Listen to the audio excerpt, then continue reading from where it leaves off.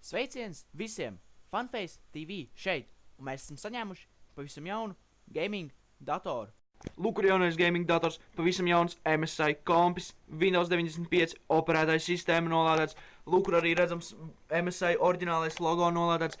Šis episkās mantas blēns, viņi var pavilkt Wolfenstein 3D uz maksimālajām grafikām, stabiliem 60 FPS. Nu labi, varbūt ne uz stabiliem 60 FPS. Lai nu kā, šodien es gribēju parunāt par tematu, par kuru gribēju parunāt nu jau kādu laiciņu. Proti par to, kāds sūds ir visiem mums ļoti mīļais un ļoti kvalitatīvais latviešu seriāls Ugunsgrēks. Ugunsgrēks ir pazīstams ar episkajiem speciāliem efektiem, un to droši vien zina lielākā daļa, bet Ugunsgrēks ir saņēmis 22 Oskarus par labākajiem aktieriem, par labākajiem specefektiem un par labāko mūziku.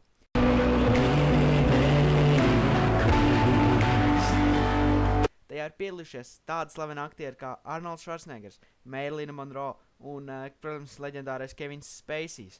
Ugunsgrēks stāsts norisinās alternatīvajā vēsturē, kurā nacisti ir uzvarējuši Otro pasaules karu, un uz mazas salas vidusjūrā ir saglabājusies šī viesnīca, kurā patvērušies izbēguši ebreji, kas cenšas izplānot Hitlera slepkavību. Šeit, lūk, es esmu ticis pie Ugunsgrēka 81. sezonas noslēguma sērijas.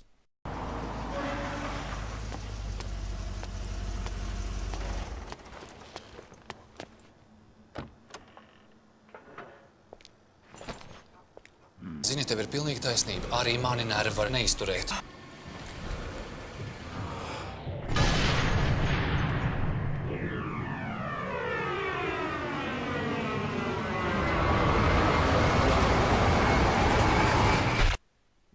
Labi, es iespējams aizgāju bišķi par tālu, un šis videoklips tiks noņemts no YouTube par naidu kurināšanu. Tagad nopietnāk, tā kā jāsaka uz nopietnas nots runājot. Tiem, kas nezina, Ugunsgrēkam nesen beidzās 15. sezona maijā atpakaļ. Un varbūt tas neizklausās pats par sevi tik iespaidīgi. Nu jā, 15 sezonas, tur gadā ir 2 sezonas, tā kā jā. Tomēr šajās 15 sezonās kopā ir 1060 sērijas. Tas ir milzīgs skaitlis, ņemot vērā to, ka katra sērija ir 30 minūšu gara. Un pat šīs 1060 sērijas 15 sezonas, tas pat nav labākais.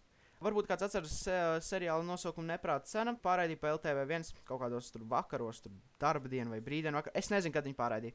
Un Ugunsgrēks tiek uzskatīts par šī seriāla turpinājumu. Nu, es nezinu, kā ir ar producentiem, režisoriem, scenāriju autoriem, vai tie ir tie paši, vai viņi ir tagad savādāk, kad seriālu nopirka TV3, vai viņš pārgāja pie TV3. Bet aktieri un sižets ir apmēram tas pats, tur arī notika tajā viesnīcā. Un Neprāta cena pārraidīta kopš 2002. gada. 2002. gada, jā. Tātad Ugunsgrēks sižets praktiski jau tiek pārraidīts 14 gadus. 14 gadus, jā. Šim meistardarbam ir vairāk kā 1500 sērijas. Un es pat nedomāju, ka tas tik drīz apstāsies. Mums vēl būs 16. sezona, mums būs 17., 18., 20., 25., 30. Un viņu turpinās vienkārši rādīt. Bet kāpēc? Kāpēc viņu turpina vēl rādīt? Pat 14 gadus jau. Praktiski tas pats sižets jau sāk atkārtoties. Tur pat vairs nekas oriģināls nav. Kāpēc? Kāpēc viņi rāda? Nu varbūt tāpēc, ka viņi jau joprojām nolādēts skatās. Tas tā kā ir salīdzinoši loģiski. Dati par pēdējām 3 sezonām nav pieejami. Tomēr es pieņemu, ka šis skaidrs nav mazāks par 100 000. Pat ja viņš varbūt ir oficiāli mazāks par 100 000, tad redziet, pastāv vēl tāda lieta kā TV Play. Un ļoti liela daļa cilvēku iespējams viņu vairs neslēdz televizoru iekšā, viņi noskatās TV Play šīs Ugunsgrēka sērijas.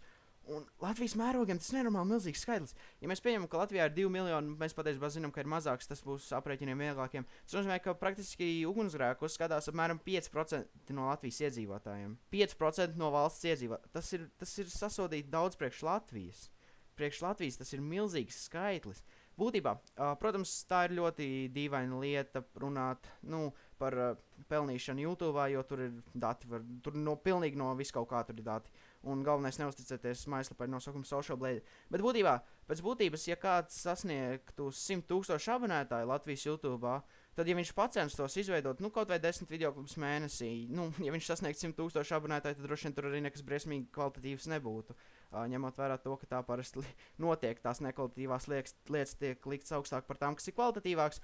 Bet, ja viņš izveidot mēnesī kaut vai 10 video, kas patiesībā pat nav nekas neiespējams, kur, piemēram, Leafys tur ieliek katru vakaru pa videoklipam, un, ja pieņemt, ka lielākā daļa skatītos, kanāls saņemtu apmēram 1 miljonu skatījumu. Visticamāk, ka vairāk miljonu skatījumu būtu praktiski tikai par jauniem videoklipiem un nāktu vēl skatījumu par veciem. Tas nozīmē, ka es domāju, ka viņš varētu mierīgi dzīvot ar YouTube. Ja kāds sasniegtu virs 100,000 abonētājiem, tas varētu būt viņa, Latvijā, kuram tas būtu darbs YouTube. Un auditorija tā tad ir milzīga ugunsgrēkam. Auditorija ir milzīga. Televīzijā reklāmas ir daudzreiz dārgākas kā tās reklāmas, par ko tev maksā YouTube. Tas nozīmē, ka viņi pelna nenormāli lielu naudu ar ugunsgrēku. Bet kāpēc? Kāpēc viņi skatās?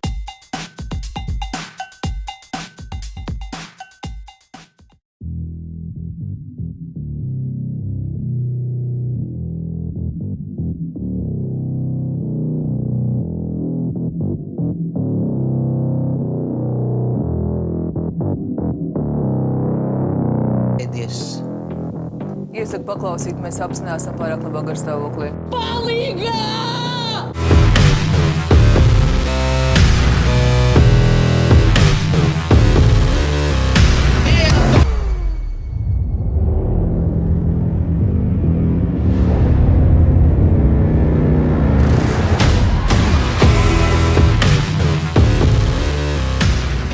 Ja runājam par aktieru jomā ugunsgrēkā, tad vienīgie labie aktieri, praktiski vienīgie labie aktieri, kas parādās ugunsgrēkā, ir vecie tieši aktieri, kuri to dara 30, 40 gadus un kuri, protams, to dara augstā līmenī. Neiešu tik tālu, ka teikšu, ka vispārējie aktieri, viņi nemāk tēlot, ka viņi pilnīgi neko nemāk. Tomēr iet no SSLV nolgo aktieri par 5 eiro. Tur nekas pārāk labs tur nevar sanākt.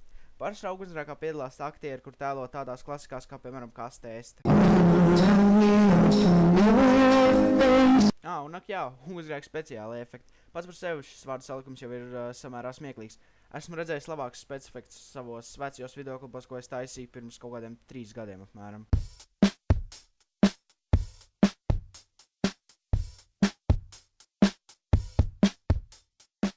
Ugunsgrēks pēc būtības ir viens no vispopulārākajiem latviešu seriāliem. Viņš izklaidēja 100,000 cilvēku, un viņš to turpina darīt kaut kādā nesaprotamā veidā vēl joprojām. Tomēr, ja seriāls ir šādā apjomā, ja viņš ir 100,000 cilvēku izklaidē, tad tu gaidi no viņa atbilstošu specifiktu kvalitāti. Protams, varbūt seriāli, kas izklaidē miljonus, kas izklaidē arī 100,000, 10 miljonus, un kur nav nepieciešams šie specifikti. Viņi tiešām neiesaistās nekur scenārijā, tur nenotiek baigās pakaļdzīšanās un blēns mājas spridzināšana gaisā.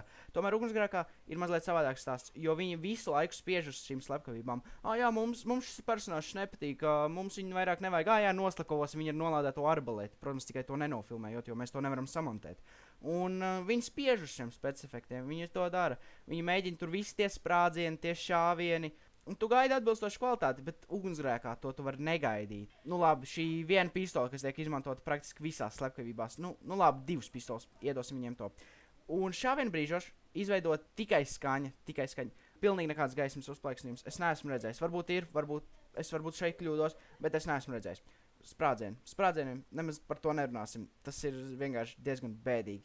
Es tagad netaisos atrast konkrēto fragmentu, tomēr man atmiņā vēl joprojām tas ir palicis, cik tas bija toreiz smieklīgi. Šīs sprāgstēles, ar kuras tika uzspridzināts 3. sezonas noslēgumā, toreiz, kad tur tās kāzas blēņas pie vēlna uzslaid gaisā, tika aprakstītas kā sprāgstēles, ar kurām var uzspridzināt 6 karakuģus.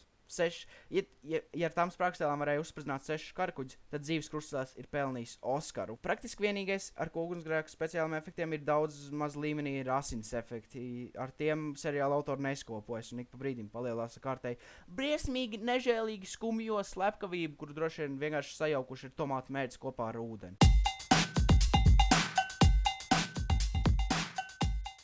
Un tā, pēc 10,000 gadu ilgiem pētījumiem esmu beidzot nonācis pie tā, kas padara ugunsgrēku tik populāru. Vienīgais iegāns, kas varētu būt par iemeslu ugunsgrēku popularitātei, ir tāds, ka cilvēkiem vienkārši nav nekas labāks, ko darīt. Vai arī tie vienkārši nevēlas neko labāk darīt. Iztēlojieties, cilvēks pēc garas dienas ierodas mājās, viņš ir nogulis. Vai viņš lasīs nolādētas grāmatas par fiziku? Nedomāju visu. Visticamāk, viņš vienkārši paņems, ieslēgs televizoru un atkal paklausīsies, kā zemes 60-gadīgiem bārņiem nepieciešams dvielas no viesnīcas. Patiesībā, pats šajā lietā esmu nedaudz vainīgs. Pirms kādiem 4 gadiem pirmā lieta, ko izdarīju, kad atnācu no nogurdinošas dienas skolā, labi, man toreiz droši vien bija kāds 3 stundas skolā pa dienu, ko es vispār runāju, bija jaunās ugunsgrēka sērijas noskatīšanās. Šis tad arī, pēc manām domām, ir iemesls ugunsgrēka popularitātei. Vai ugunsgrēks ir mēsls praktiski visās kategorijās? Jā. Vai ugunsgrēku pārtrauks rādīt? Visticamāk, ne tuvākajos 50 gados. Nē. Un vai kāds ir pamanījis to, ka ugunsgrēkā vienmēr ir mūžīgā vasara?